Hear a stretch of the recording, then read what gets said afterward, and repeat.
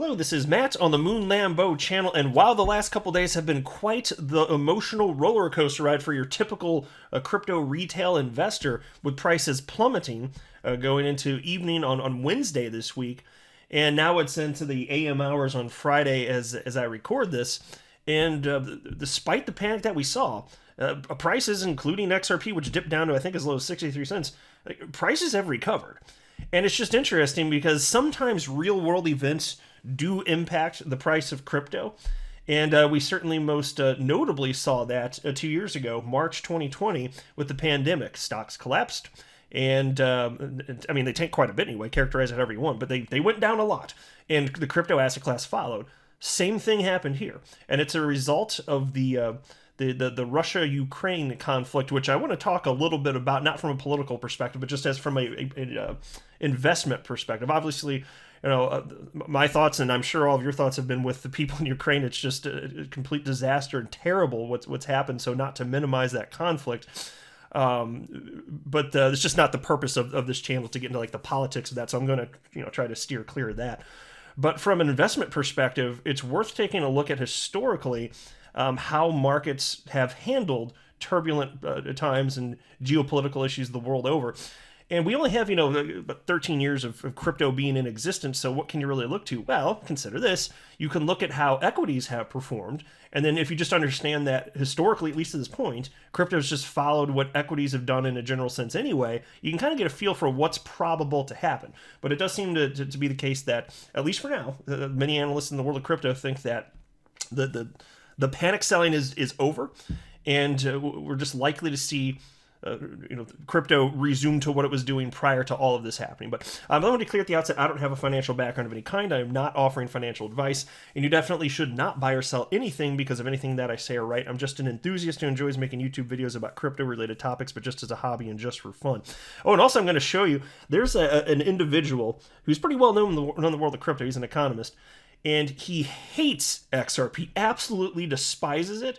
And he thinks that XRP is actually set up to be probably the top performer among the top performers this year, 2022. At the time of recording this, XRP is at 70 cents. Bitcoin's at $38,570. Market cap for the asset class, $1.75 trillion, and Bitcoin dominance at 41.76%. And so Bitcoin did get down to about $35,000 at its lowest point. And again, XRP, I believe, got down to about 63 cents. So quite the rebound to this point. And it's reflected here in the Crypto Fear and Greed Index at 27 out of 100. If not for the rebound, I think that number would be a lot lower than 27, but 27 does indicate market participants are in fear. Not extreme fear, but still fearful. And this just updates every 24 hours, so 6 p.m. Central Standard Time every day. I'll be curious to see what it looks like during the next update. Presumably better than that, one would think, right? Well, I say that. Unless something wacky happens with price action. Your future people, you know more than me, but unless something goes completely ridiculous, I would think it could be a little bit higher. We'll see. And so here is economist Alex Kruger, who despises Ripple and XRP. And so nothing against this guy. I've seen some of what he's written about Ripple and XRP, and I just don't agree. I think it's a lot of his perspectives on what he has to say about it just silly, and I don't know what his purpose, what's driving what he says. Maybe it's an ideological thing. A lot of the Bitcoin maxi trolls out there, not that he is one, but the Bitcoin maxi trolls out there, they hate it because they view XRP as the banker's coin, helping the legacy financial system, which is funny because really, if anything, the true banker's coin is Bitcoin.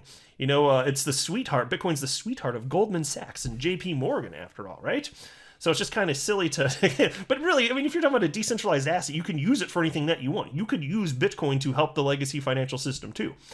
And it's so funny that despite the fact that these Ripple and XRP haters don't like XRP being positioned as a bridge currency, they hated that idea, dating back for the better part of a decade. But now that that company Strike, which I've talked about in previous videos, run by Jack Mallers, is basically trying to do the same thing that Ripple is doing, but with Bitcoin. Now they like it. Now they think that's a really good business model. How about that? So freaking hypocrites. But anyway, so here's what Alex Kruger had to say. Like it or not, XRP setting up to be one of the best performing assets of 2022. I'll tell you what, I take notes when people that hate XRP say good things about it, because I think then they're probably really saying the truth, right? Because it must pain them to say these things, right?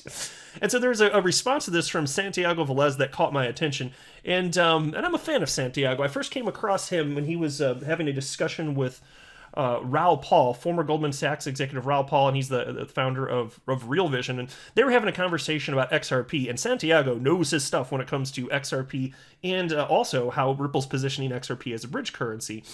And so probably first saw that as probably December of 2020 anyway. I just think that he's insightful. So I thought I'd share what he had to say about this, because I think it rings true. And he wrote, in response to that, when Bitcoin hits its pre-bear market retracement, altcoins likely to run hard. That is, if past cycles are any indication. If this also occurs, it coincides with a lawsuit win versus the SEC, it may exceed expectations.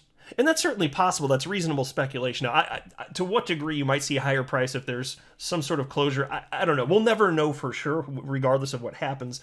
It's reasonable speculation, though. I still state that regardless, you're going to see XRP run, even without clarity. When altcoin season happens, it's not going to matter. It's not going to be about the facts and the specifics, the situation on the ground, so to speak. No. It's not going to be about that at all. Because why do people purchase? They purchase because other people are purchasing, and it's FOMO.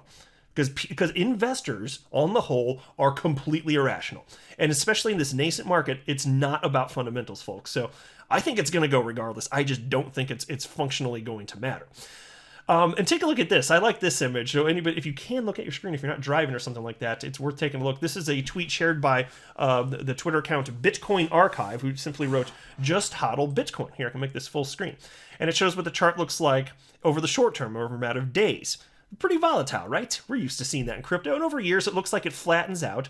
And then over decades, and we haven't had multiple decades to look back on because crypto is too new for that, but still, it's going to flatten out, and you'll see adoption just swoop up like that. That is the anticipation. That is how things have unfolded to this point. And I just think it's so easy to get swept up in all the minutia day-to-day and the price action, emotionally responding. But if you just zoom out, you'll find that it doesn't make sense. It's not going to matter, and there's so much life-changing opportunity to be had here. Here's a tweet from OnChain analyst Will Clemente, who simply wrote this afternoon on Thursday. "Bitcoin has now fully retraced panic selling from last night." Things happen fast in crypto, don't they? Here's a tweet from my fellow XRP YouTuber, the Blockchain Backer. "Somehow, some way, the stock market and Bitcoin both closed green for the day." And he's got a little laugh emoji. Again, things happen fast in crypto. And it was reasonable to expect that was going to happen anyway. Fine, we didn't know exactly what the timeline might be, but certainly that's what happens when geopolitical instances the world over, tumult, rears its ugly head the world over, and it impacts crypto markets. What happens? There's a bounce back. Historically, that's what we typically see here. Now take a look at this. This is from a chart analyst Michael Vandepop's organization 8 Global. And this piece is titled "Impact of Ukraine-Russia Conflict." And I thought you might find this insight to be rather interesting. These are times of great uncertainty in the market. Last month, we discussed the economic situation regarding rising inflation, which would most likely lead to increased interest rates in the short term. This in itself already caused a lot of uncertainty in the markets. Now, Russia has invaded Ukraine, leading to even more uncertainty in the markets. To better gauge the potential impact these events have on the markets in the short to midterm, we've decided to look back at previous wars and what impact they had on the financial markets. Hopefully, this gives us a better understanding of what we might expect in the future. And folks, again, to be clear, I understand the human toll is more important, but this is a channel about crypto and investing, so this is what I'm covering now. So don't want you to think I don't care about it. I, like you and everybody else on the planet, of course. It's painful to see this. And I'll tell you what, on top of that, it's just surreal seeing all of this play out in real time on social media. All these videos. Have you guys seen some of this stuff? There's a fighter jet that launched missiles right next to somebody's home or apartment. And then a baby started crying. Like, it's just insane, the stuff that we're able to see here. And so, again, not to diminish any of that, but wow. Anyway, they have this little subheading, Impact of Past Conflicts. LPL Research has researched the impact of important geopolitical events on the S&P 500, the U.S. stock market. Although the most logical thing one might expect is a strong downturn of the market, the reality is a bit different. As can be seen in the overview, which is on your screen. I'm not going to read it, but if you want to take a look, feel free. You can pause there if you want. As can be seen in the overview, these events lead to a drawdown of the equity markets. However, these drawdowns are usually not that severe, as good recoveries follow them. They mostly occur when unexpected events happen. When anticipated, they have less of an impact, as markets tend to show bearishness in the lead up to the events. The conflict in Ukraine started on the 21st of November 2013 with the annexation of Crimea by Russia that occurred between February and March 2014. During this period, the maximum drawdown for the S&P 500 from the start of the conflict was about negative 2.5%, reaching within 2.5 months after the start of the conflict. So history tells us that markets react, but not as severe as some might initially expect. So think about this, folks. Not only is that the case, historically, that's what we've seen, but even when there is some sort of drawdown, the markets end up bouncing back. It's just a matter of time, and a lot of time it's quickly, and then they're powerful, and it's as if it never happened. We just saw that happen. So even if there's going to be more uncertainty in the future and additional drawdowns because additional unforeseen conflicts arise, like, for those that want to invest, they might just view that as an opportunity because there's a temporary reduction in price. It ain't going to stay there, right? That's what history is showing us. And again, crypto is simply following equities. So, I don't have any reason to think it's going to stop doing that anytime soon. I'm going to assume that people are going to keep treating it the same indefinitely until there's evidence to indicate that it's reasonable to suspect that the human behavior is going to change. We just don't see that yet. So it is what it is. Interesting, right? So anyway, there are all sorts of indications. I didn't pull up for the purpose of the video. It probably would have just gotten redundant. But what I'm seeing is an expectation from analysts that I follow that the panic selling is over for now. And unless something completely ridiculous and bizarre happens, crypto is just resuming on the path of what it was doing prior to all of this happening. So it is what it is. And I still firmly believe, as a result of all this, the best is yet ahead for XRP holders, I certainly believe. But really, where's the place to be investing in crypto? Altcoins, regardless. Yay, Bitcoin. I'm glad it exists. I'm pro-Bitcoin. Held it since November 2017. But it's already gone through most of its multiplier effect that you can reasonably expect from this market cycle. Even if Bitcoin's not in a bear market, where's the real money to be made? What if you get like a 3, 4, 5-fold increase from Bitcoin from here? What if you do? Okay, super duper, yay. But what do you think in terms of multiplier effects going to occur for Bitcoin, or for XRP rather, from here? 20, 30? I don't know. I would presume from this point, probably a lot more. So it'll be interesting once this is all said and done to see how things shake out for 2022, specifically with XRP, and also the remainder of this market cycle. I am not a financial advisor. You should not buy or sell anything because of anything that I say or write. That would be a very, very, very bad idea. Until next time, to the moon, Lambo.